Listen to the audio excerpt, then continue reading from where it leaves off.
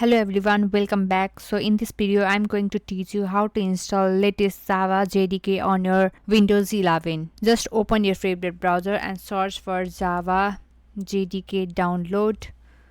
Here you can see the first link from the Oracle. Just click on that and scroll down and click. It is for the Windows, so I'll just navigate it to the Windows, and here you can see the latest version for Windows. Just click on that and it will start downloading. So here you can see our latest version of Java JDK had been downloaded. Just go to the folder and double click on it. Click on next.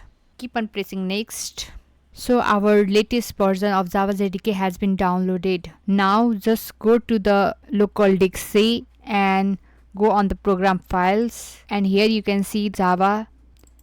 Click on bin and copy the path, and now search for edit system environment variable. Click on that. So here you can see the environment variables. Click on that, click on path and click on edit, and just click on new and paste the path and click on OK. And here we have to set Java home. For that, click on new, click the path and remove this bin, and we can just remove the bin and click the name as Java underscore home. Click on OK and click on OK. Open the command prompt, Java version.